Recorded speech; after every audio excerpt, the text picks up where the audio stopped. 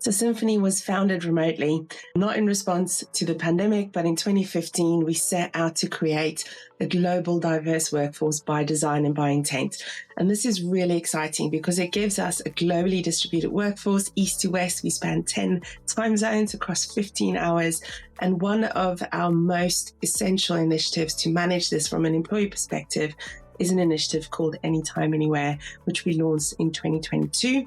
There's three main pillars to it. One is offering employees full autonomy over non-linear working hours. Some of it is by necessity to be available internally and to customers across time zones, but more importantly, to offer individuals autonomy about how they manage their work-life integration, regardless of their circumstances, whether they're single, close to retirement, fresh out of university, have parental responsibilities, whatever their circumstances are.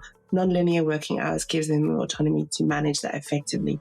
We also offer employees the opportunity to work in different locations, whether that's an extended few weeks in a country of their birth, or whether it's an opportunity to explore new international locations as part of their work assignments, which is really exciting.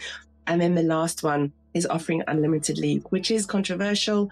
Few really important enablers for this initiative to work. One of them is goal clarity. So our individuals and teams really aligned and clear on what they're responsible for, so that they can then take the time off and actually switch off from work and not have laptops floating around on family vacation.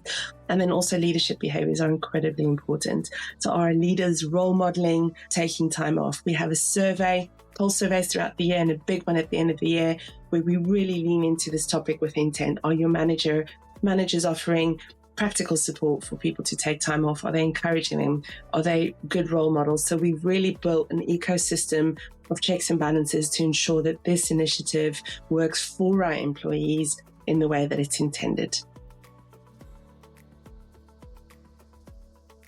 We're so proud of the diversity that we have built through our talent acquisition strategy.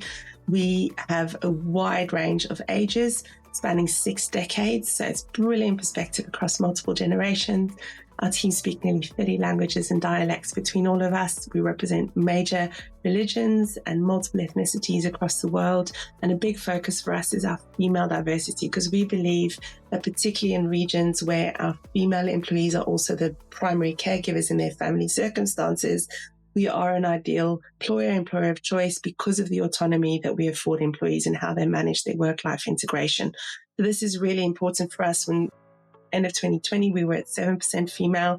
Our target was 40%, and we averaged between 37 and 39% over the last rolling 12 months. But overall, for us, diversity on its own is not superpower. It's ensuring that around that we are creating inclusive practices where every individual, regardless of their background, has equal opportunity to succeed.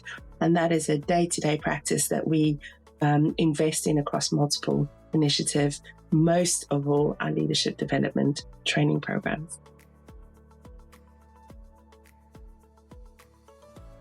We maintain a very strong focus on leadership development because we believe if our leaders lead well, everything else follows, right? Our culture initiatives, our engagement, everything else, our values and the behaviors that sits around that, all of that has a stronger chance of being successful in our culture if our leaders are actively bought into it, but are also equipped to manage it and implement it in their day-to-day worlds. So one of our proudest achievements in our development programs is our Future Fit Leaders program. And we have elevated it over the last 18 months by articulating more stringent criteria for individuals to enter into the program, which offers then really quality feedback for those who weren't accepted, clear guidelines on what they need to work on to be accepted in future. We've articulated a leadership competency framework, which sits across all 4 of our leadership development programs, all the cohorts. And we've invested in our Future Fit leaders in action learning groups, mentoring by the senior executive team, one-on-one, and also a wealth of content that we've just upgraded and elevated. So the feedback has been tremendous on that program.